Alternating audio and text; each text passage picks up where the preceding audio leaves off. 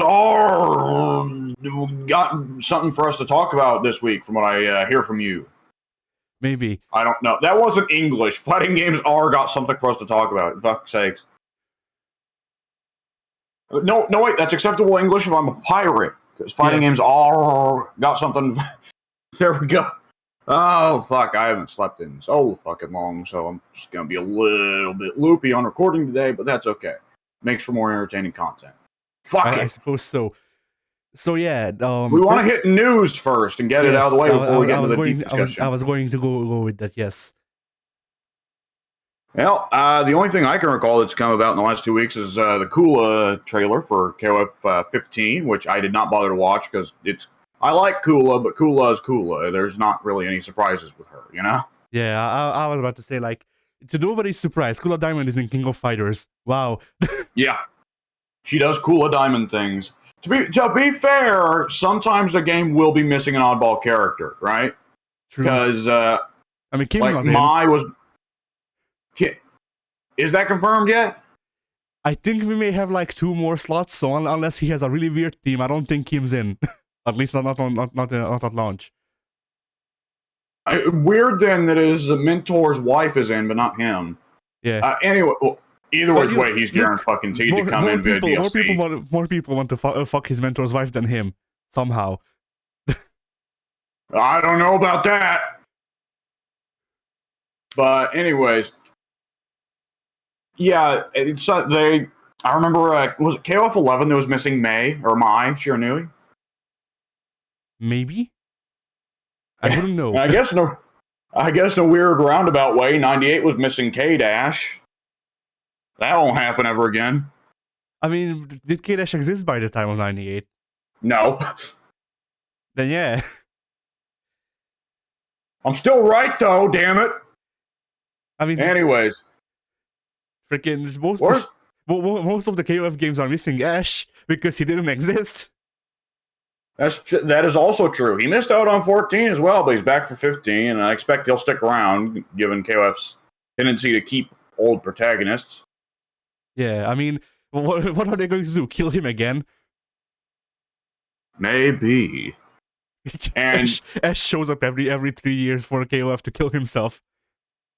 Yeah. Was it particular news that, these past 2 weeks that they that Cruz or whoever was just 100% confirmed? Like, this is just K9999 or whatever. Yes, K49, which is really dumb. K49. I fucking so dumb. I hate that I had to actually look up on the SNK wiki how to pronounce that character's name, and I also hate that how you pronounce it is K49. I'm just gonna call him K9. Fuck it. He's a dog. I might as well just call him fucking Tetsuo, but that might get confusing. Yeah. Either which way, was there any other news? Well, I suppose one bit of news that got deconfirmed since then was rumors floated about there being a Smite fighting game because the freaking League is doing a fighting game. So people thought, and it may still become a thing, which is why I'm bringing this up. But people thought that on this best Smite thing that they were going to announce a new platform fighter made by Hi-Rez, which obviously would have died in a week. as most Hi-Rez ventures do. I gotta say, like, Hi-Rez absolutely should not try and make a Smite fighting game, because, I mean, the simple truth is that there is no possible way that they or their budget or their development team can ever keep up with Fight of Gods. I mean, look, here's the main thing that Fight of Gods has over Smite's fighting game if it ever decides to exist. Jesus Christ! Yes, I was going to say Jesus. You're right. I should have kept a straight face for the bit, but I couldn't take it. But yeah, so we actually have like a picture of or at least a mock-up from someone, I don't know whom, of what people think this game might have looked like, and it looks absolutely. There is no end to the sentence. It just looks that it does have visual parts to it. Well, if it's a mock-up, then that's a it's partly on the artist, especially if it's a fan artist. Yeah. Apparently, so okay, so here's the rumor. So apparently, it's a game called Divine Knockout that is being developed by Redbeard Games, and once again, like, this hasn't been completely deconfirmed. It just didn't get announced. So there's like a sliver of a chance that it actually will happen. I hope that Hi-Rez knows better than to make something like this happen. And there's the picture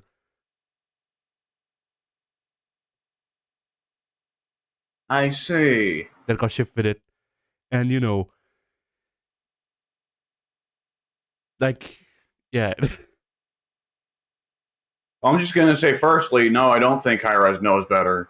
So, secondly, that could work with a certain crowd, especially if it's free Smash Brothers and it's better than Brawlhalla, right?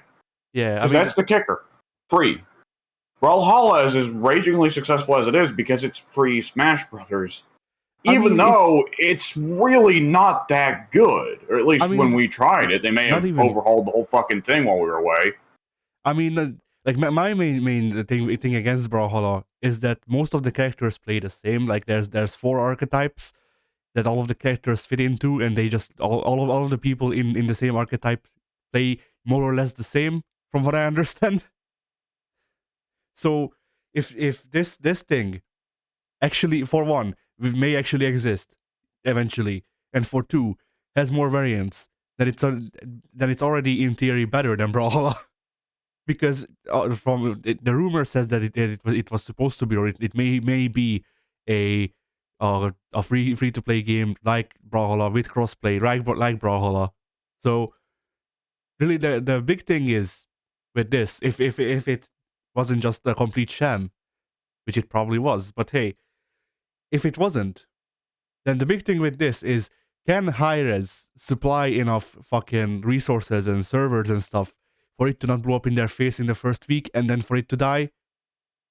Or will it just die anyway? In terms of Hi-Rez's capability to keep it up, I do think that Hi-Rez is capable of dumping money into it because they dump money into Smite and Paladins and they're able to keep both of those going. The question, of course, is would popularity last? Because no matter what, it would probably be seen as a knockoff of Smash because every game that is like Smash is seen as a knockoff of Smash. It's one of those cases where the idea of there being a genre still has not really developed. Platform fighters are still seen as Smash clones by most people. It's like if Street Fighter had never, it's like if fighting games had never been moved past being seen as Street Fighter clones. Yeah, and the other thing. Sorry, go ahead. Oh, I was just going to say, and the other thing is, in terms of free to play Smash, Brawlhalla already has a huge audience that may not want to move over to Smite just out of pure convenience and comfort. Yeah, true. Another thing to consider with this is just Hi-Rez's prior experience with doing games like these, because you have Smite and Paladins, which they support. Paladins less so apparently now, but Smite is basically they're one thing that makes money. Paladins sometimes gets money put into it in hopes that it may return one day, and then they had the Ram Royale that died in a month. They had Hand of Gods. I actually wasn't invited to the beta of that for some reason. I'm not sure it made it out of the beta. Then you had freaking they had something else. There was a Smite themed idol battler or whatever the hell. That I'm not sure. Like, people tell me that existed, but I've never heard of it, so I can't confirm for myself.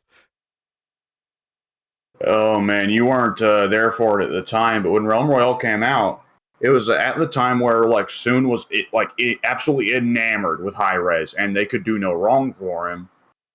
And so he, like, for whatever reason, begged me to download that game and play a match with him. I very distinctly remember loading into the game with him. Okay, we spawn in, open a chest, get fucking sniped. Okay, it's over. And it's like, well, that's pretty well the Battle Royale experience. I was expecting uninstall. Yeah. Oh man, it's dumb. It's dumb shit. either which way, do we have any more exciting news about something that hopefully isn't so entirely speculative as that? Well, I guess there's also speculative news of, hey, Virtua Fighter 6 may be happening, but it's still too speculative, and I don't think either of us care enough about Virtua Fighter, you know? Yeah. I'm checking to see if there's other news because I feel like I Vir- remember other stuff, but I'm not sure anymore.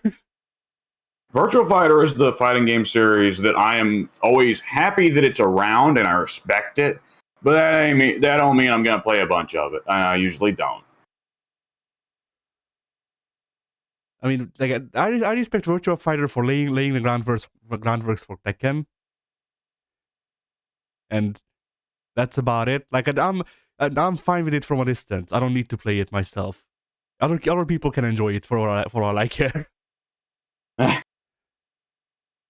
It just like it seems to me that they're always moving forward. They're always like very ambitious in terms of like their scale and their graphics, and more than anything else, they stick to their guns. You know, Yeah.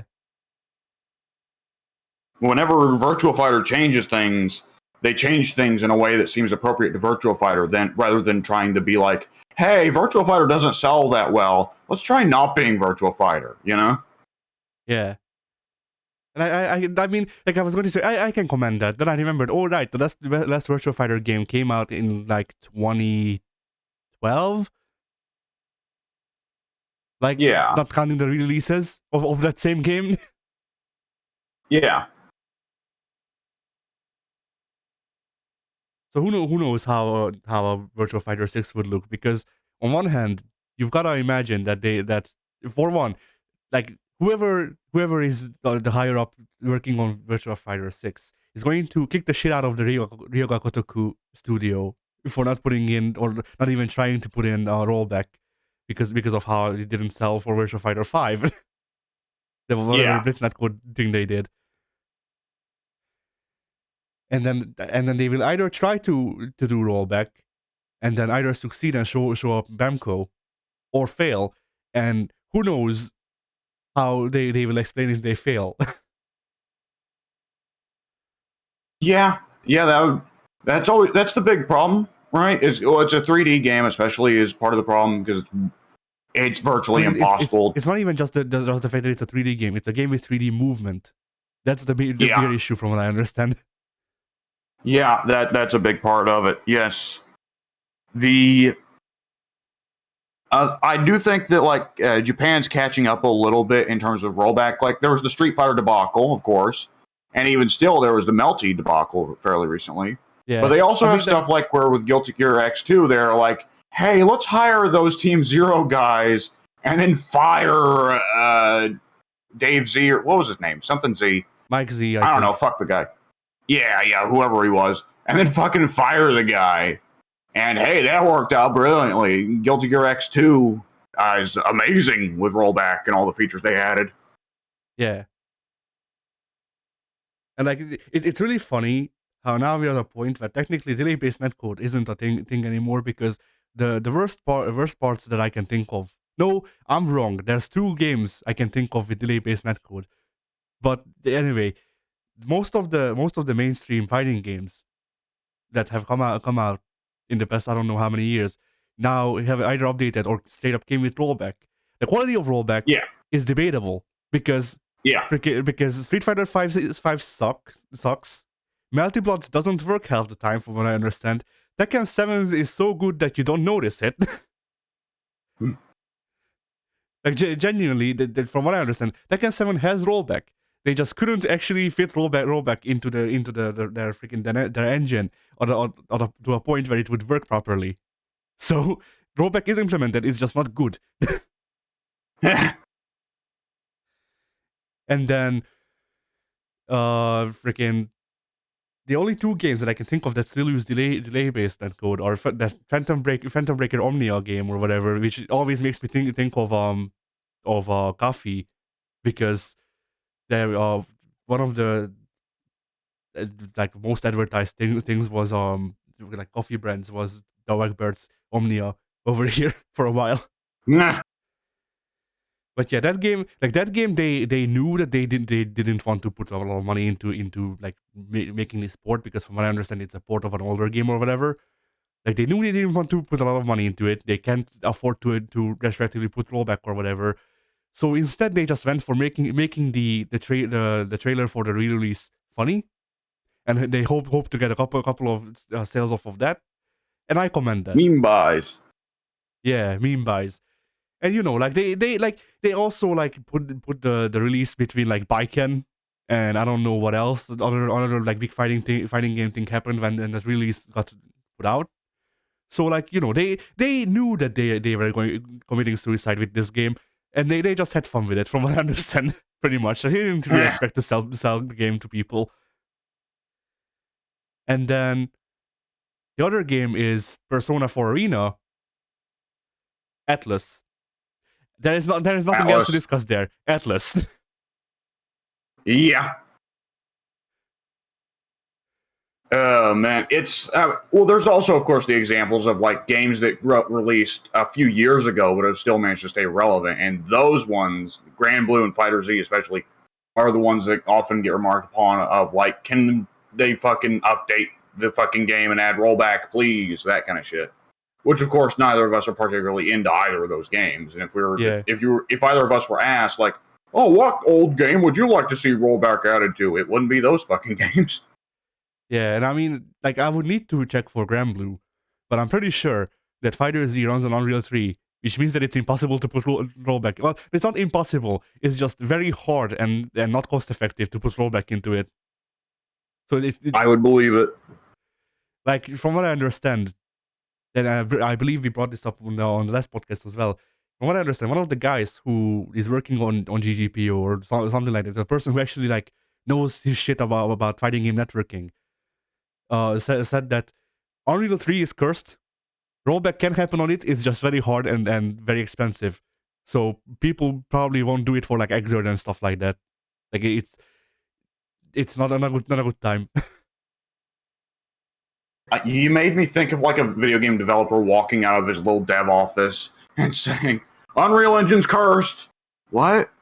But not Unreal even... Engine's cursed. And he slides the rack on a pistol and goes back into the office. You just hear gunshots. Yeah.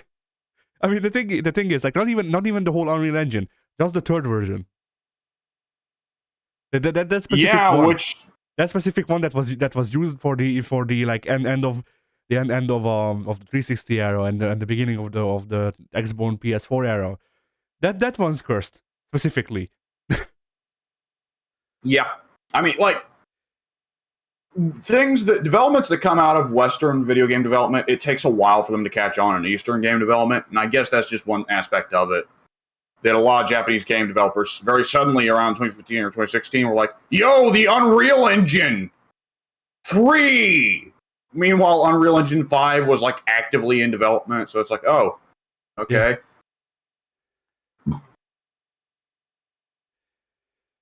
Yeah. But the wheel turns slowly, but it turns. The wheel of fate is turning. Rebel 1. Oh, God. So, yeah, man, where's that fucking Arxis round name generator? I want to pull that up and see what it gives me today. Arxis round intro. Yeah, round intro generator. There we go. Pull it up. Where is it? Here we go. Thank you, Reddit. Oh, I know one more. I know one more news that I think is funny that happened with fighting games. What's that? What? Oh no, go ahead. So the year started off the only way it could have, with Justin Wong getting Daigo parried by Arando online. Mm-hmm. I saw that. There's a clip about a year ago of him almost getting Daigo parried online, but like the person fucks up midway through. And it was a delightful clip because you hear Justin go, "Let's go, Justin! Whoa! Oh shit! Oh shit! Oh no, wait, never mind. False alarm." Yeah, I watched the clip, but I forget most of it. But like this time he didn't think it would happen, and then it just kind of happened. Yeah. Oh fuck. Like, I have to imagine anytime you go against Justin Wong and you've got a decent amount of time in Street Fighter 3, you, in your heart of hearts, know that motherfucker's going to pick Chun-Li. I am honor bound to pick Ken. Oh, man. Anyways, the Arxis round... 12. Who decided to play with 12? Oh, God. But 12 doesn't have a comboable super, I don't think, so you just... You parry it and then nothing happens. Whoop-de-doo. You parry it and then you do the good footsie. And win. You parry it and then turn invisible. Yeah. Then you turn into Chun-Li. You hope desperately that when you stop being invisible, you'll turn into Reptile, a better character. But anyway, so what did the round start thing give you? The Arxis round intro generator gave me... Money's on the table. There is no remission of sin. First clash, let's cook. Ah. Hang on, let me just fish this. There we go. Let me go ahead and grab the link for you. Let's see. What's your Arxis fighting game intro? All right. Let's see. What is my Arxis round start intro in my hearts? In all of my hearts, all 5 of them. It's like a fucking horoscopes or a MBTI test. Yeah.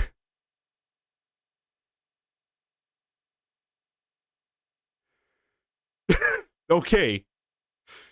So mine is I guess I'll try to do a freaking actual proper round read. Bienvenue, power bottoms. Now pay the mechanic. First regret. Whip him out. Okay. Whatever you did there blew your mic out, so I couldn't quite make it out, but... Did I do the freaking gruff round start voice too low? Aside from the last line? You may have, like, popped the mic. It didn't sound too bad, but it just kind of, like, went like... And I was, okay, what was that noise? Nice. Free ear rape. Yeah, I love when it's free and I don't have to pay for it. Yeah, I got this. There you go. Bienvenue, power bottoms. Whip them out. I see. Yeah. Now I get it. Okay. This is this is the round start to my gay porn fighting game. Yeah. Just leave that there for Pink to come by and see one day. Tomorrow, I guess. Yeah. So anyway. Right. I believe that's all of the news. So do you want to start? Do you want to start with an actual discussion, or do you want to start with the joke discussion? Because I have a joke discussion here.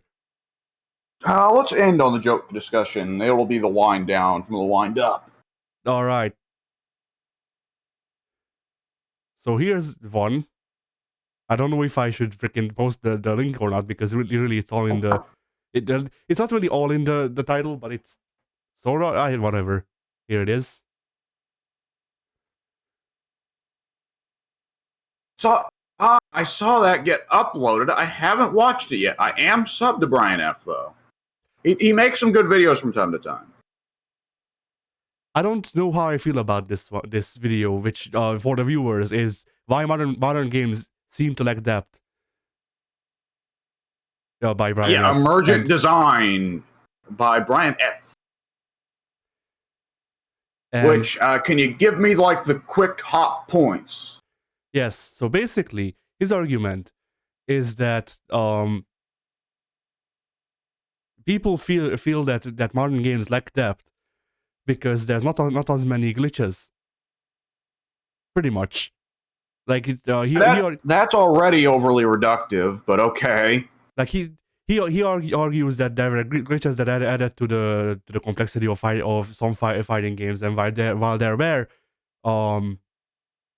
like with bad glitches that led to like very easy infinites and stuff like that. Parts of, like, say, Marvel 2 are so very guarded because it's kind of glitchy and you have to play around that. Like, basically... Yes, but that's that is true in some cases, but it's also overly reductive. There are plenty of classic old fighting games that are not well loved for glitches. Yeah, and I also I don't agree with his argument because I feel like I feel like we're arguing, the both of us, both him and me, are arguing for the same point at the same time from completely different parts. Because he says that glitches introduced variety, which is not innately untrue, but a lot of times glitches were just bad. Like, he presents infinites and stuff like that as inherently good. In most of the cases, at least, as they're not very easy to execute. And I mean, if we want an example of a glitch actually kind of ruining strategy a little bit, fucking roll canceling in Capcom versus SNK 2. he Like, how brings about that that up. shit? He brings that up. Yeah, And he brings that up yeah, as a that positive. one as positive. Well, Yes. no denying that at least the CVS2 having a unique identity, sure, but it also means that the game, like, it fundamentally changes the entire way the game is balanced. It makes some characters like Blanca and M. Bison mega OP because suddenly their big screen covering moves can now also be invincible. Yeah. And that's basically like that was my issue with his argument as well, is that a lot of the things that he points out as like good have downsides that I think are that they have downsides that outweigh the good parts of them, in my opinion. And also, like, yeah, go ahead. I mean, just saying that it's bugs is just way too reductive. Like, there are times where he's right. There are bugs that have been really nice for fighting games, but most of them have now been integrated as actual features. But, like, it's way more than just bugs. Because, I mean, like, so many of the fighting games, like, we always cite Mortal Kombat 11 and Guilty Gear Strive are probably the two that we cite as the biggest examples of things getting way too streamlined. I completely forgot about this, but we do have a bingo card now, and I guess I'll pull it up at some point so people can actually take a look at it. Yeah. I don't know how that one got completed. I guess we needed more spots for the DVD bingo card, didn't we? Yeah. No, either which way. No, we didn't put enough stuff for it, but whatever. Yeah, this one was completed. Either way. So yes. Can you bring it back up for me? Yes, I can. I found it in another. All right, never mind. Just go ahead and bring it up here so I can keep an eye on the recording text, anyways. All right. I will take a sip of this very, very strong tea.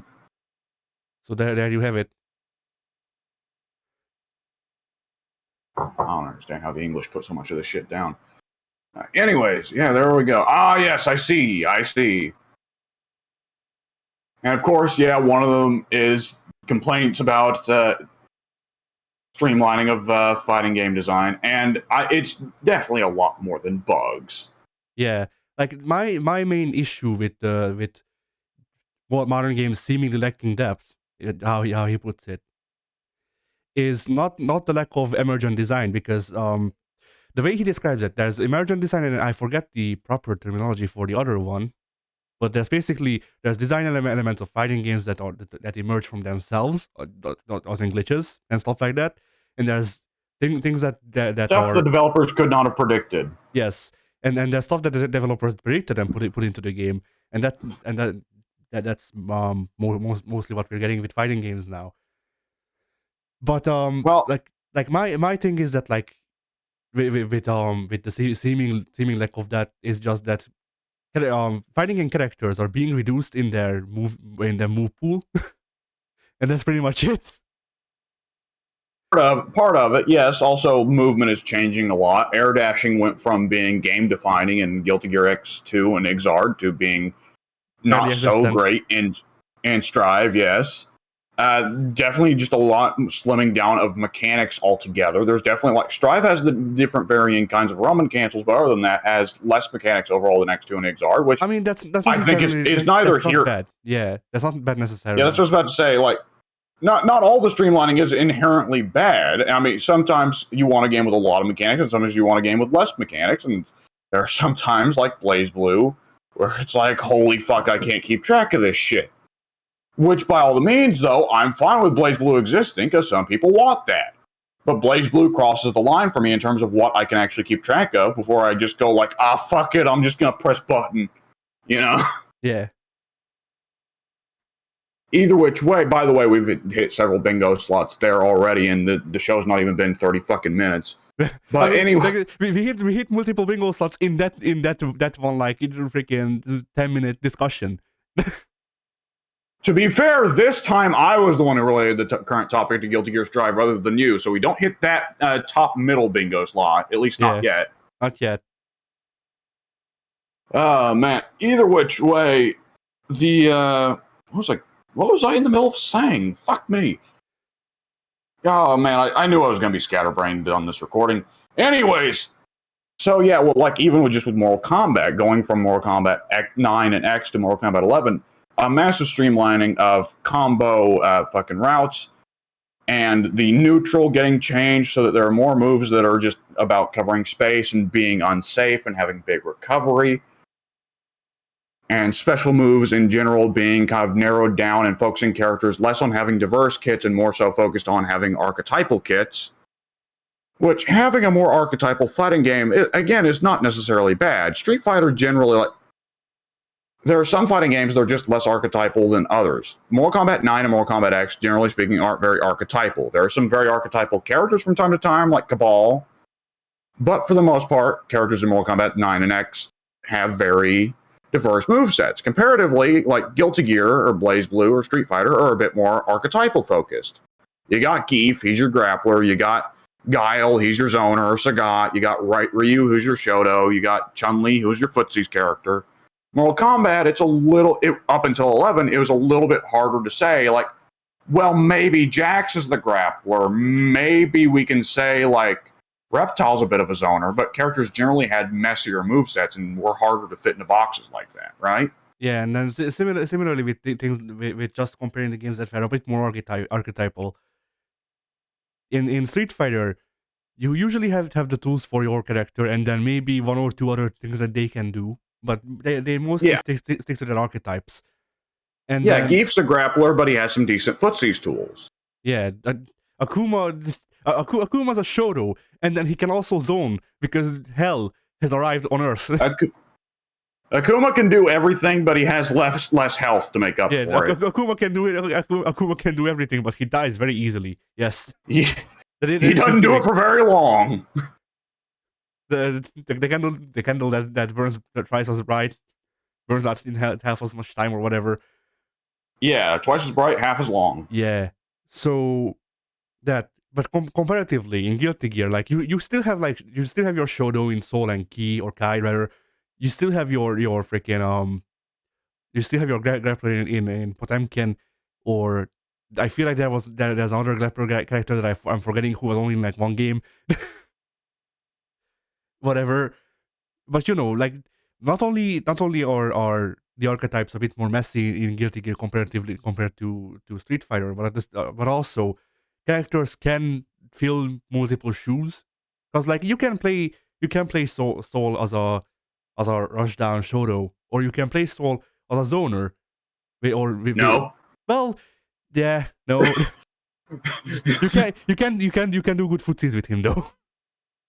You can footsies, yes, but Gunflame is not nearly an actual zoning tool. Yeah, when I said that, I was thinking of the way he could enhance his Gunflame in the first game, and then I forgot that was the first game. Yeah, Ki is your character who can switch between Shoto, Rushdown, and Zoner. But then Ki's whole archetype is I just need to play the opposite of whatever my opponent's playing. Yeah, pretty much. But I mean, even just taking like it depends on which version we are talking, because like, but at the same time, like technically you could do zoning with Baiken, because she has a gun. in Exard again, but only a version change. In X2, you can just throw your chain at him repeatedly, but like it'll not be long enough. You'll just kind of look like an asshole. Yeah. I need to zone you a little closer. Come here. And with a fucking move that brings you together as well. Oh yeah, that's just extra stupid. Yeah. Man. Either which way, yeah, it's oversimplifying. I think the Brian F video does have a little bit of a point sometimes, And that if he's mostly talking about Marvel vs. Capcom 2, yeah, there's never going to be another Marvel vs. Capcom 2. The fucking broken... Well, there's never going to be another AAA Marvel vs. Capcom 2. Because the broken insanity was a big part of its charm. And like shit like that nowadays does not come out and be a huge success and not get updated afterwards, you know? Yeah. Like we still get occasional broken AAA fighting games, but they don't stay broken. So I can absolutely understand him saying like, well, we don't get Marvel 2 or Hokuto no Ken type games anymore. That is true. Yeah, that is true, but I'm not sure how much I agree with saying that that's the sole reason or one of the main reasons that the modern fighting games seem to lack depth compared to their earlier counterparts. Yeah, and he's just entirely brushing over the multitude of classic fighting games that are considered classic and considered to not have streamlined design and have very diverse design that were not fucking bug ridden. Because he's like entirely skipping over, like, let's say Street Fighter 3. Street Fighter 3 has a very easy example of saying, how did Street Fighter get more streamlined after Street Fighter 3? Simple, they just removed parries. Yeah. Oh, man. We won't even get into fucking Super Turbo. Fuck that shit. Anyways, what's the wind down goofy topic? All right, the wind down goofy topic is I will read you the title of this because I will read you the title of how I found this thing, and I'll also send you the title of how I found it, but it's not technically the freaking the origin. But yeah, so this just in.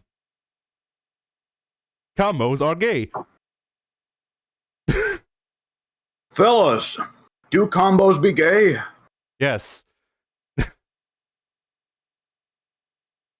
I'm gonna have to beat you in this fighting game. No homo. Wait, hang on. Are you talking about the pipeline picture? What pipeline picture? Okay, you're not. All right. Okay. So this was something else that happened to come out in the last 2 weeks that was related to that. I'm gonna copy the picture and then send it over as a separate thing. There you go. Yes, beware the pipeline. Yes. Okay, so that is a picture that ordinarily you remove the heat stuff, of course, but over it has a little like text thing that says beware the pipeline. And I guess it was supposed to be a thing of like saying, watch out, guys, careful. If you don't, if you take your fashion sense a little too seriously, you'll become transgender. But I don't think it was supposed to be a like serious, like, oh no thing, but kind of just a goofy thing of like, hey, let's draw like an attractive femboy type thing. Yeah. But either which way, yeah, with that context given, yeah. I mean, I gotta admit that post feels like it was reads like it was written by Mike. Yeah. I mean, I'm not wrong. No, God bless Mike. I love him, but Mike is the kind of guy that says, well, if you're good at games, then you're an egotistical bastard. And it's like, oh, all right. Anyways, yeah, that's just the funny picture. Yeah. And we actually can confirm this because out of the two of us, I am definitely gayer and also more combo. So hey. It depends upon the game. Hey, man, I just, I'll say that between the two of us, I'm the one who's less likely. If I have to play a Mortal Kombat or Killer Instinct game, I'll probably get the higher combos because I'm less likely to just go, all right, fuck this, and uninstall. I mean, I learned how to do combos in MKX. Shit. Like hell, I did a juggle combo on you with freaking Steam's remote play in Killer Instinct. Last time you played. I didn't even practice it. So I do remember that, yeah. Oh, man. Is there a fighting game character that does get, like, stripperier as their combos get deeper? Is there a Bayonetta in fighting games? No, but I was going to say that should be Bayonetta's gimmick in Smash 5 that's never coming out. Yeah. Well, Smash 5 may come out one day, but it's going to have, like, a horribly gimped roster. Yeah, Bayonetta's not going to be in it, because Bayonetta will be expensive. No, Bayonetta's one of the few who's guaranteed to be in. She's a Nintendo character. Yeah, I completely forgot about that. Yeah. Most of the others will be missing, but Bayonetta will fucking be there, and she'll be the odd one out once all the other third-party characters are gone. Freaking, like, the Smash 5 comes out. The roster consists of Kirby and Bayonetta because everyone else died. I was about to say, it's going to be a lot of like cutesy Japanese cartoon characters and Nintendo classics, and then which sex woman? Okay. Oh, for God's sakes! But I just love the way that this title was constructed for this picture though. This Justin, combos are gay. Well, I mean, when you gotta report the news, you just gotta report the fucking news, you know? Yeah. You gotta be straight with your journalism, or gay with your journalism. I was about to say. Let's be real here. Oh boy. And another also, yeah, go ahead. I like that when you look at the little Twitter thing, he's got like, it's not just Dregon. He's also marked what I assume is his clan there, the Wolves. Probably. So you know, the guy's like a ultra serious capital G gamer, and he's very, very upset about the fact that there are some people who are better at some games than he is. So he's just gonna go and be like, "Hey, yo, people who are worse than me at video games are stupid idiots, and people who are better than me at video games, well, you know, you see, they're gay. I am the superior example. I'm the best. Excuse me, I'm going to go pay to have a set of ribs removed. That way I can auto-fillate." No, that requires like too much money. No, he's gonna go and pay for a VR headset so he can jerk off to Hatsune Miku in VR. I don't know why, but I just thought like he's gonna stick like one of those fucking long cardboard tubes in the center of a paper towel roll in his mouth and just like try to do it with that. I thought you were going to suggest that he tries sounding himself. Do you know what that means? Because I had to. Do you know what that means? Because I had to explain to Mike what sounding is. No, I don't. At least not off the top of my head. You may remind me if I do know. Sounding is when sounding is sticking shit up your dick hole. Pretty much. I see. At least from what I understand. Like I don't really look into this shit because I hear like a very basic definition and I'm like, okay, cool. I don't need to look into that anymore. Oh man, there's a specific oh fuck. There is a specific, I'm trying to look for it. What is it? Son of a bitch, where is it? Oh, how have I just entirely forgotten? Do you remember back in the day we used to have the little game we did on the forum? Well, it wasn't even really a game, but it was the randomly assembled comic book panels, right? Yeah. And I'm trying to remember what webcomic those were taken from. I'm looking for it. Cat, I think? Something like that? Or oh, fucking hell. The one comic strip that there's a strip for everything for? Like XC? Yeah, Cyanide and Happiness, yes. Oh, it was Cyanide and Happiness. Okay, it wasn't the one I was thinking of, but hey. You figured it out anyway. Okay, I'm going to have to look up a very strange Google and hope desperately it brings up the comic I am looking for and not something disturbing and very sexual. Yeah, Google says some results may be explicit. Yes, I'm aware. Here we go. There we go. This is the comic I was looking for. Copy image address. This may be a little too spicy for Discord, but Discord can deal with it.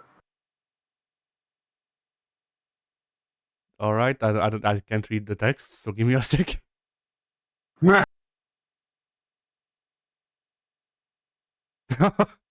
I see. I see. Everything now makes sense. Yeah. So, one less discussion topic, I guess, which is like, technically we've talked about this, but not really like, it's not really the thing we talked about, it's just adjacent. So one argument that has been had on the fighters subreddit recently is whether or not it's okay to like police people buying games without rollback. Oh, Jesus Christ. Yeah. So here's what it boiled down to. We don't need to have a discussion on that. We can just say no and then move on. Yeah. I mean, like the thing is, I just wanted to get it out there that if you try to police other people buying games because it doesn't have rollback or whatever, then you're actively sabotaging rollback. Because let me tell you, one of the reasons I don't give a fuck if a game has rollback is because all of the people worshipping rollback. I was about to say there are a lot of contrarian folks out there, but also it's not like the fighting game community isn't fucking niche enough already. Yeah. Like, we don't need extra gatekeeping to make sure that it just stays. Like, let's lose the last vestige of popularity we can have from some games and just kick them all out. Fuck it. We need to finish this by burning down the NetherRealm offices. That way, we better get Capcom too, just in case. Yeah, no, and Bamco. No, the only fighting game all of us should play is Fantasy Strike. That's not even supposed to be a smash against Fantasy Strike. I'm just saying that it's free. Well, Fantasy Strike is free, and it was also as like fucking streamlined as fighting games get. I don't think there's any fighting game more streamlined than Fantasy Strike. I mean, there's one fight like I think there's only one step further you can take from like from Street Fighter 2 that freaking Fantasy Strike didn't take, and that's dive kick. Like the one. Yeah, but dive kick has its own advancedness. True. I'm just saying, like, you know, Fantasy Strikes seem to be like I played a couple of matches and then I figured out, hey, I don't really feel like it. But you know, so from what I remember of my time with Fantasy Strike, it just like, you know, it removed so much of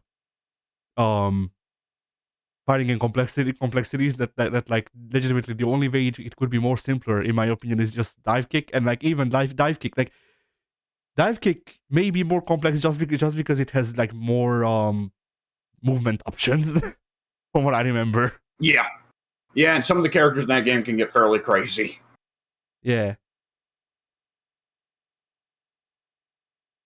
Someone should make a Rock'em Sock'em robots with rollback.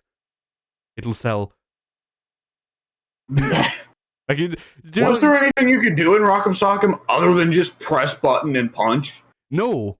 That's what I'm saying. We need to distill fighting games to the most basic parts so that you can learn how to do fighting games. We need Rock'em Sock'em robots to save this genre.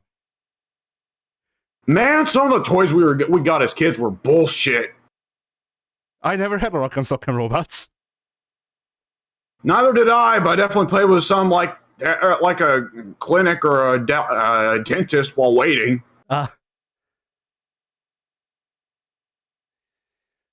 But yeah, like it is, you know, like I realize that you know a lot of these podcasts I come off was like extremely against the idea of simpler fighting games, and I guess that's kind of true. I'm again against simpler fighting games. That's not where I was expecting it to go. I wasn't expecting you to just go, and I am, and then you just stop talking.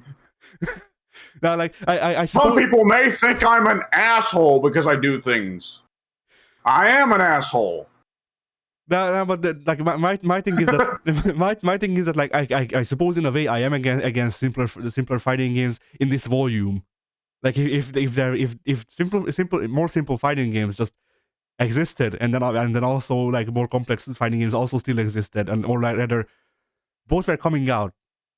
If both sides were satiated, then I'd be okay with simpler fighting games existing, because at that point, why do I care? It's just when it's yeah. Go ahead. It's just the nature of the beast with entertainment media, is that so often it's follow the leader, which means that you wind up with trends of stupid shit happening whenever something that you didn't like becomes the trend leader, even if you didn't necessarily have a problem with it existing. I mean, for how fucking long was the trend in fighting games? Hey, every fighting game needs a fucking fatality. Yeah. The psycho. Like it wasn't a time. Yeah. It was a console. Yeah, it's like this too shall pass. That's pretty well how I feel about a lot of it, because there's going to be cases either of someone like Guilty Gear Strive came close to getting a lot of it right. There was some stuff that I think they went too far in terms of streamlining, but Strive got a lot of things right in terms of making things better. Like, hey, let's not have all characters have different knockdown times, and hey, let's have a move list feature that actually explains how the move works. Hey, let's have, like, on the character select screen, there's a quick little thing that says, like, hey, this character's really tricky. Hey, this character likes to fight at long distances. That kind of thing, right? Yeah. Like, those are all nice ways of getting new people in without oversimplifying things. The trouble is they also went to the trouble of oversimplifying things. Yeah, like I'm fine with a lot of what Strive does. Like I come off as like rapidly hating Strive a lot of times because I'm just very hurt. But Strive does a lot of things good. I just like I just wouldn't be able to play it myself. One of the inevitable things. Go ahead. One of the inevitable things about doing a podcast is you just need to talk about things and make time and make content and make conversation, even if you're just having a casual conversation on the podcast. So sometimes, whenever it's especially a podcast with actual topics, you got to spend a lot of time being like, hey, yo, this thing is big, it's relevant, it's related to a lot of what I'm interested in, it's related to what this podcast is about, so I need to talk about it a lot. And it can be like, it's sounding like, oh, I just spend every moment burning with rage over Guilty Gear Strive. When in actuality, it's just, we make a podcast about fighting games.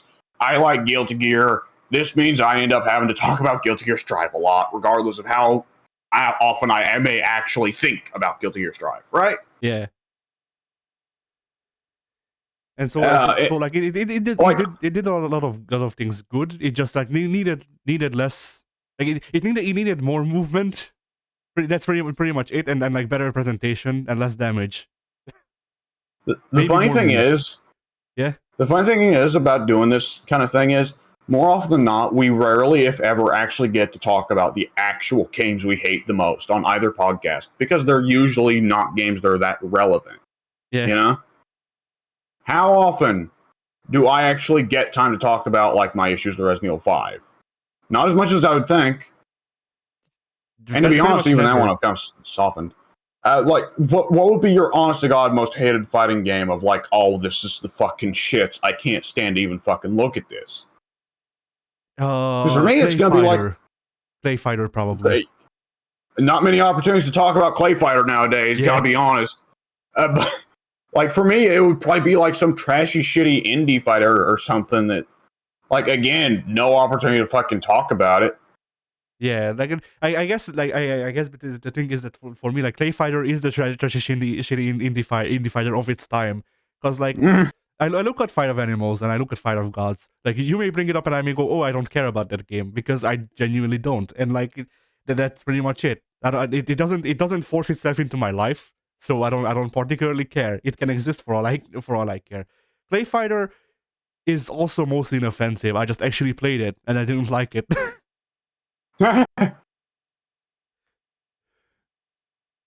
Oh, man. Another game that we got, both of us would logically have issues with, and neither of us get the opportunity to talk about. Fucking Dead or Alive. When do we get to talk about that shit? I actually used to play Dead or Alive 2 a lot. Like, well, that's the crazy thing. Dead or Alive has fun gameplay. It's just like, oh god, get these tits out of my face. I mean, not only is it get these tits out of my face, it's please let me play the game without having to pay for these tits again. That's a fucking podcast title right there. Unfortunately, fighting games are a little bit more serious than Shut Your Mouth Lounge, so we're less likely to do stupid titles like that. But boy, that could be a fucking Shut Your Mouth Lounge title right there. I mean, I may just make it the title anyway. No, I don't know, because people tend to click on the ones that are seriously titled about, you know, stuff for this one. Yeah. Alright. And then, what other? What have you done this week? Well. Oh, I thought we were done with that topic. Yeah, I don't know. I felt like maybe it could go somewhere, but I'm not sure. And I also I spent some time looking at topics, but like I didn't find too much. Yeah. But I think both of us did get to put some time into fighting games this past week. I will say real quick, I just put a little bit of time into Killer Instinct, and I just got a little bit of fun making combos with TG Combo, but I didn't get to put too much time. Okay, put too much time in because of Christmas and all that. Yeah. And KOF 98, I went and popped in, tried a couple practice matches just to make sure it works. It works, and fuck me, I forgot how much I love Lucky D, or Lucky Glauber. We always want to call him Lucky D. That team is made up of two people, Lucky D and freaking the Pizza. He has no name. Well, no, Brian Battler. Brian Battler's the footballman. Yeah, I called him Pizza. Yes. And I forgot how much I love Heavy D as well, though. Like, fuck, they just need to bring back the American sports team. Oh, man. Like, make that... Dude, if they announce the American sports team as the pre-order for KOF 15, I will, like, forget whatever... Forget food, forget bills, forget taxes, forget paying tuition for school. I will dump the money right there. If I ain't got enough money, I'm blowing a hobo by the Denny's. I mean, they've announced the good old hobo job. Yeah, the hobo. But yeah, with your bros.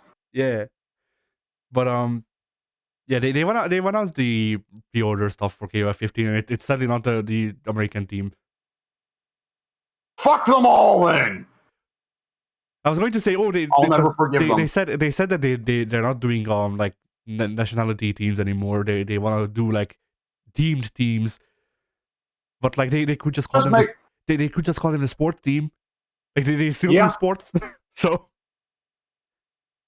yeah, they just cut out half of it. I mean, let's be honest.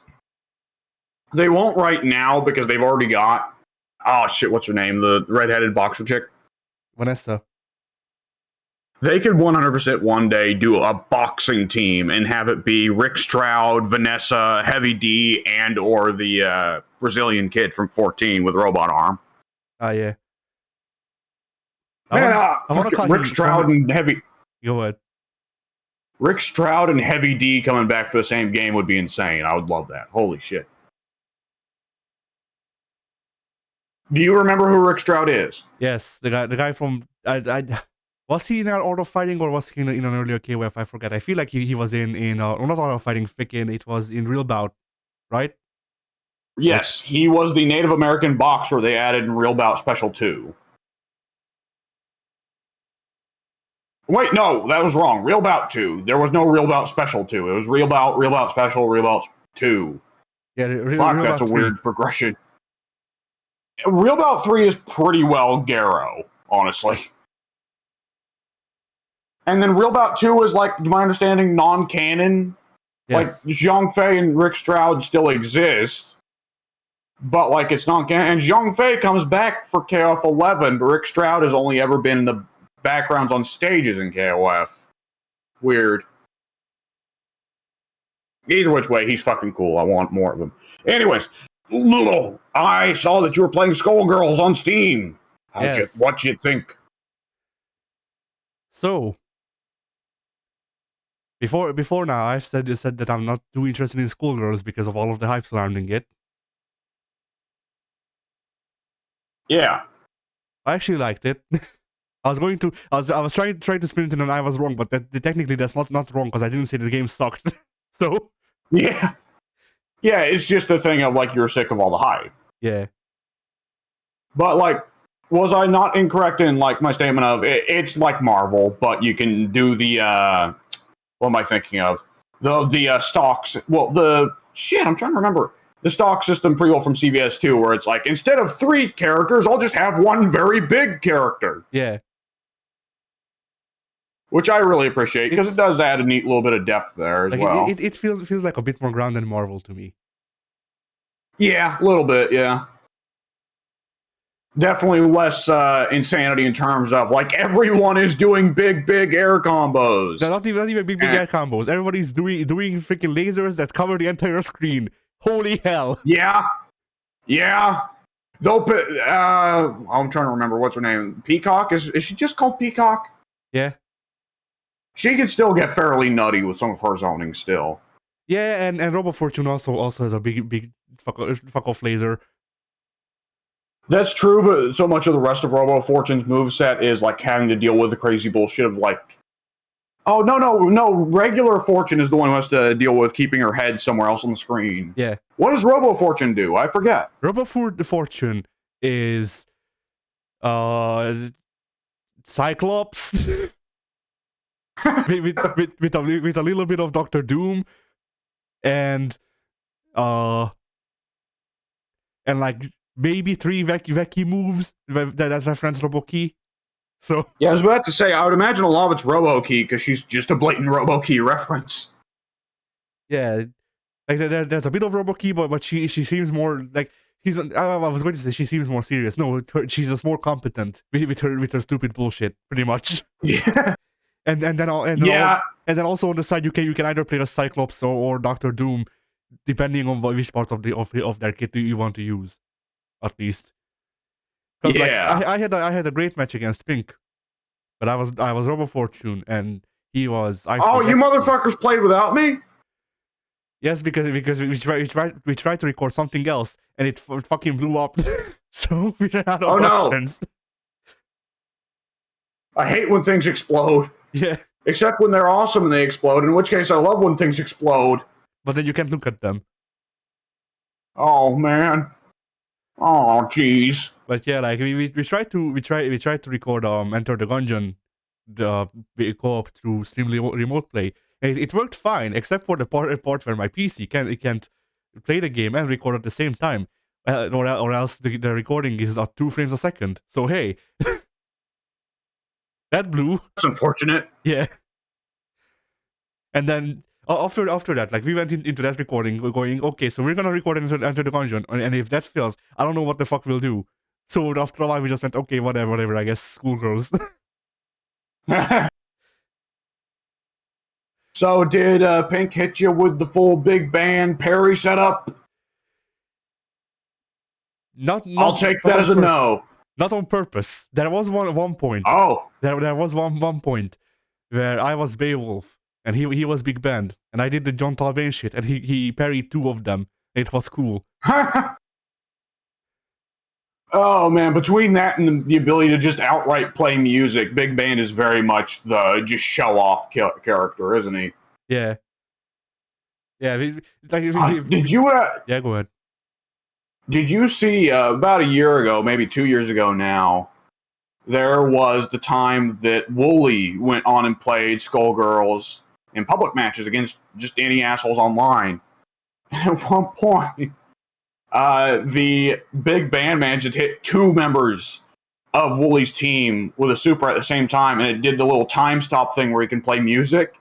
And the guy played actual fucking happy birthday song before connecting the full super. Ah, nice. Yeah, I spent some time loving Big Ben because I was trying to make a combo where I can do that, but play Megalovania.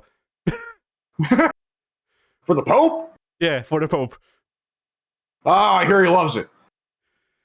But yeah. I hope you don't follow it up by punching the Pope 1,000 times, though. That'd be unfortunate. Maybe he deserves it. Who knows? Possibly. Who knows?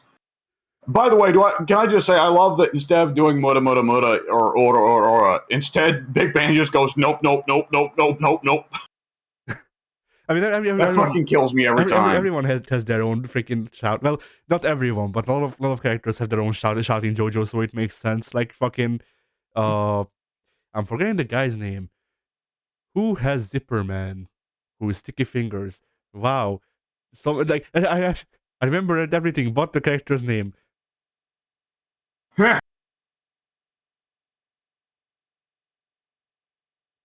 They're like one of the big characters in JoJo, or one of the freaking big characters in that part of JoJo. I'm looking that up on the side. I got it.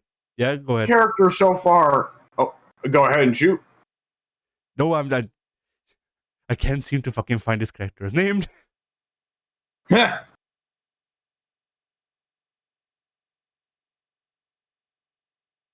wait with bated breath.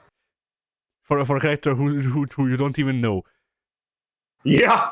What the fuck is this guy's name? Why is this failing me? Why is my Google failing me now?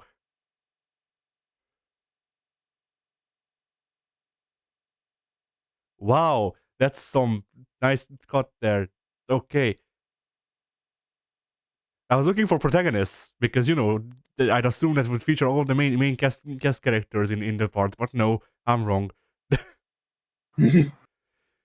Right, Bruno Bucciarati. There we go. Finally. All right. So yeah, Bucciarati when he does his own version of the big freaking like Valley of Punches. He has Ari Arrivederci. That's awesome. Yeah. Jojo can be good. Jojo can be good. Yeah. Yeah.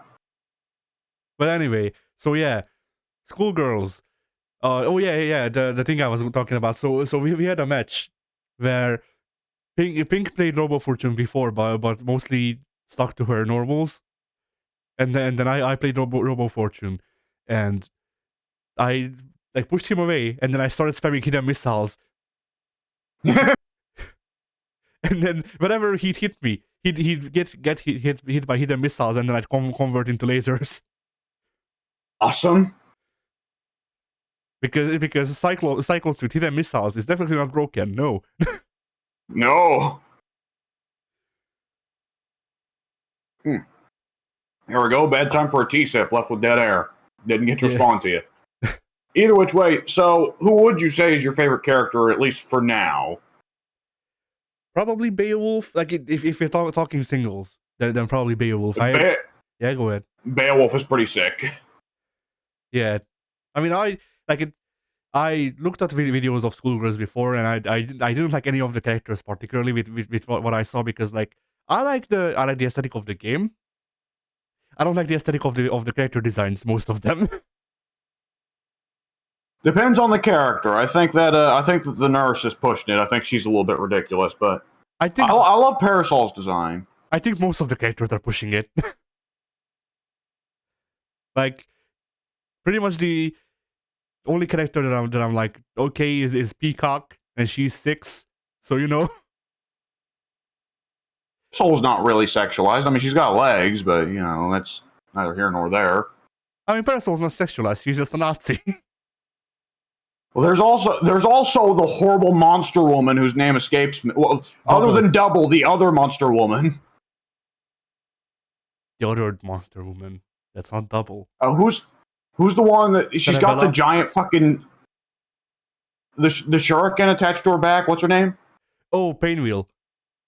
Painwheel. Like, Painwheel's certainly not sexualized. Good God. I mean, thank God. She's also a girl. Yeah. Double, boy, if someone wants to fuck that. I mean, with Double, I have issues, different visual related issues with Double that are not that she's sexualized, meaning that I can't fucking see. Yeah, it's a little bit awkward, her like turning into the weird color morphed versions of other characters. I do think it's a cool idea to make an entire character out of ripping the unused beta moves from other characters, but she's a little bit strange, yeah. I mean, it's fine for the most part, and then you start doing a combo, and then whenever she goes back to neutral, she's the big goo monster, and then when you do a move, she turns into a character, and there is no in between. Like yeah, I mean, what? Yeah. You either view that as cheapy, which I totally understand, and for me, I think it's part of the charm because Double's supposed to be this weird, horrible thing monster. I mean, I don't think that's cheap. It just hurts my eyes. Like, I'm fine with it from a mechanical standpoint and whatever. I just legitimately cannot process the data that's on screen when it's happening. Yeah, that's totally understandable. Double is a character there are some fighting game characters that the first 10 rounds you play against them, you're just like, what the fuck do I do? And eventually you start to connect how to deal with them. But before then, it's just rough. Yeah. Along similar lines, fucking, what's his name? The goo monster from BlazBlue. Arakune. Yeah, goo monsters in fighting games. Always a little bit hard to get used to because, at first you have to rely on visuals to tell what you're supposed to do against a character. And when the visuals are, I don't know, he's changing shape every other fucking move, well, then you're going to have to just, pretty well get your shit pushed in for a good long while until you eventually learn to stop really associating them with visuals and just beat them based on what you know to work gameplay-wise. Yeah. And it's not even like necessarily a bad character design thing. It's just part of the nature of having a goo monster that changes form as a character, Yeah. Although like my issue isn't with beating her. My issue is playing as her. Like, like I'm doing moves. That's understandable too. I'm doing moves. They're linking. Like the shit's happening. I am doing combos. How? What's going on? I don't know. Confusion foo. Yeah. It's like playing Lei Wulong. Advanced Lei Wulong techniques. But yeah. So player one pressed a button. Both players are now confused. Yeah. But yeah, I like I like Beowulf because he has John Talbot shit pretty much. And then also the setups with the chair. Yeah, I was about to say, like, then I'm like not the John Talbot guy, but you know me, I'm the throw guy. And the first moment I set up a chair and then suplex someone onto it while playing Skullgirls in practice mode, I was like, oh, good. Yeah. Yeah, I'm more about the John Talbot shit, but then again, I used to main John Talbot, so. Like my thing is that like I don't naturally go for throws in the middle of combos, so a part of what makes Beowulf work well when it comes to throwing is lost on me. Because like when I throw, it needs to be either deliberate or I need to have thrown the chair and make it so it's just on heavy. Because I don't think about pressing two buttons. But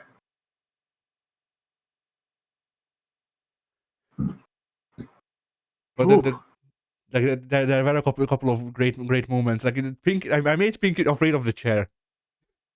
With Beowulf. My God, the chair's not gimmicked. He's doing this for shoot. Yeah, I mean, do you know the move where if you have 3 high bars, then you can just call back the chair like it's Mjolnir? I think I've seen that. Yes. Yeah, I abused that against Pink very hard.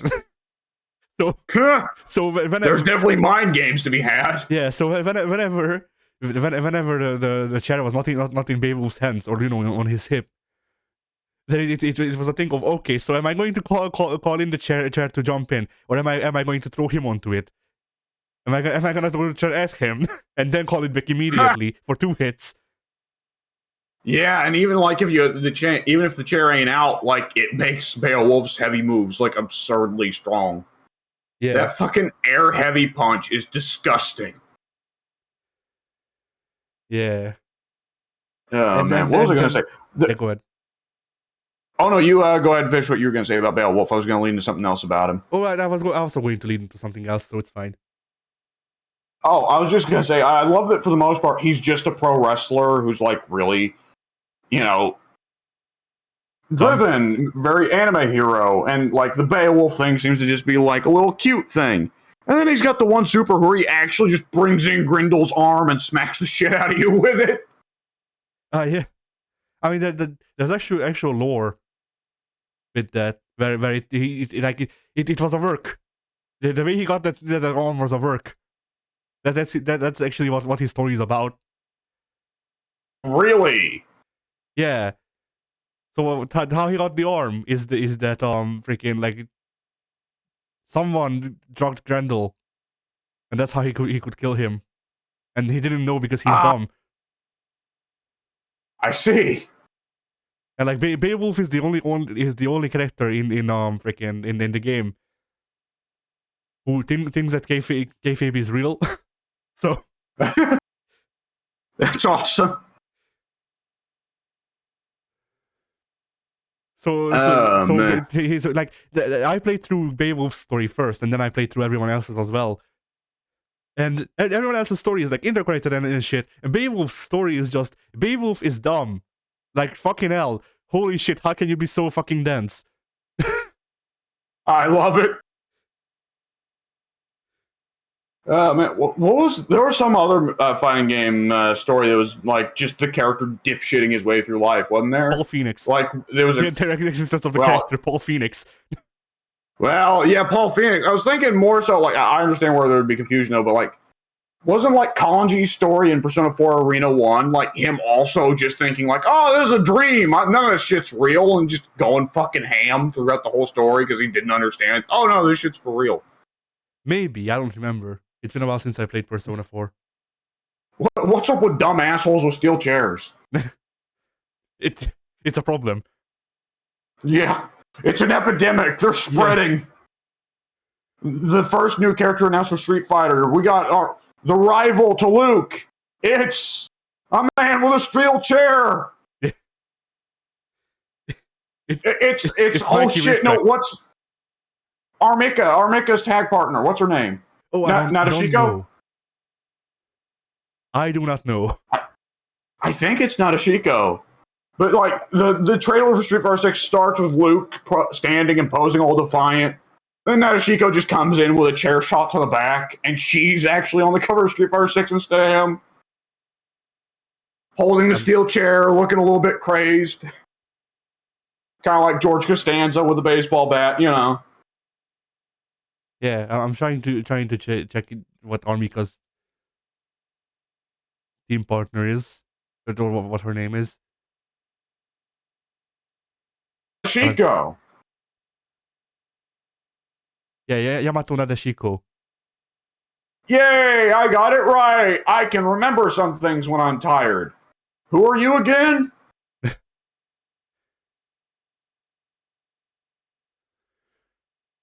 All right. I believe we can just about wrap that up for a nice little short and sweet podcast, wouldn't you say? Yeah, I was just going to like close up on Schoolgirls, I guess. Yeah, sure. Go ahead. So for teams, because I actually wanted to have like teams. My team ended up being Beowulf, Big Ben, and Peacock. And ooh, I Pink is more scared of my Peacock than my Beowulf. Somehow. I would too, but a good peacock is terrifying. The whole screen is covered in tiny little Walt Disney characters. Holy Jesus! I mean, I don't think I'm a good peacock though. But anyway, yeah, I like in the spirit of Beowulf being a wrestler. I try to take their names and make it like take parts of their names and make it into one thing. I'm not sure if it worked out because the thing I ended up with was Team Big Wolf Cock, which hey.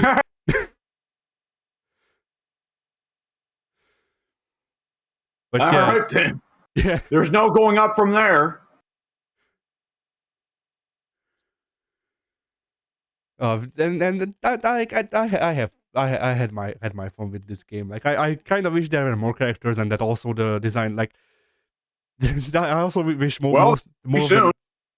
Well, yeah, but I'm the fucking Alberts. I'm not sure how much of the DLC I can afford. But also, Alex, there is actually, believe it or not, a like Google Doc out there of character designs that 10 years ago, when originally it was being worked on by Mike Z, they were pitching as characters that they wanted to hit as DLC at some point, but didn't think they'd be able to. And now that's the actual list they're cutting through. And I'm trying to go through Skullgirls, DLC character, DLC concepts, I think was. Okay. I'm just looking it up. What's the fucking thing? Third DLC character concepts, I think. Ah, yes, here it is. It's a Google Doc. There we go. All right, I have copied it, and I shall shoot it into the Discord chat. There you go. And of course, it starts off from the beginning with Umbrella, the character who has now been already added as DLC and is playable in the game now. No. So, yeah. No, the Umbrella is still being worked on. Oh, she's still in the beta. Damn, she's been in the beta a good long time. I mean, that's not too much of a shock. It is Skullgirls, but Annie is already playable. I forgot about her, but yes. It even oh my god, the document even explicitly says like these characters are supposed to be inspired by like Umbrella, inspired by Order Soul, Roll, May, Shumagorath, and Wario's fart mechanic from Smash Brothers. Okay. Nice. But I remember looking through this list and thinking, God damn, there are some sick designs here. Yeah, we're also getting Dahlia. Like she's already been announced that they're working on her, while Umbrella is also in beta. Oh, that's cool. That's a cool design. Robo Mobster Woman. I would imagine it'd be fairly easy for them to do Marie and Marie and Miss Victoria because they both already got their sprites in game. Yeah, probably. Eliza was DLC. Huh. Cool. Oh my god, I forgot the shark scientist. Yeah. Get in, I'll take him. Yeah, Stanley is like Stanley was also the character that I looked at and I was like, okay, so why is he not playable yet? Yeah. Gameplay inspiration. Gordon Freeman? What? What? What? I am so curious about that. Alright. Captain Kidd. Slayer. Yeah, sure. Well, that's just my character then if they ever fucking add him. Yeah. Main discovered. Similarly. Going down the... No, I found your fucking main dude, Brain Drain. Yeah, I took one look at that guy and I was like... inspiration. Slayer, Doctor Doom, Magneto. Yeah, Slayer and Doctor Doom in the same character. My god. Yeah, and that design is just win. That's good old-fashioned crazy supervillain design, and you know how I love classical supervillains in fighting games. Yeah. I mean, these two were also the characters that I thought looked okay. I love the idea of making Peacock's stupid anvil a separate playable character. Yeah. But he needs to go home to watch wrestling. That's an actually... What the hell? That's a line that's delivered in Peacock's story mode by the character. Huh? He needs to go home to watch wrestling. Jeez, okay. Yeah.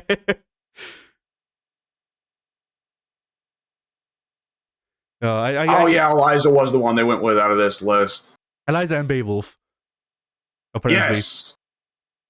And the fact that they chose Beowulf pretty well guarantees they're not going to do that Hubrecht guy, because there's no reason to have two wrestlers in the game when the roster's that limited. Yeah. I love the fish butcher guy. You won. Yeah, you won. It's crazy. It's crazy there's just so many character designs in this list. Like, this is a lot of characters for them to crack up just as hypotheticals. I like the fact that a lot of these are the like finished sprites for the game, and then the two characters who are in the game are just sketches. Yeah. Yeah.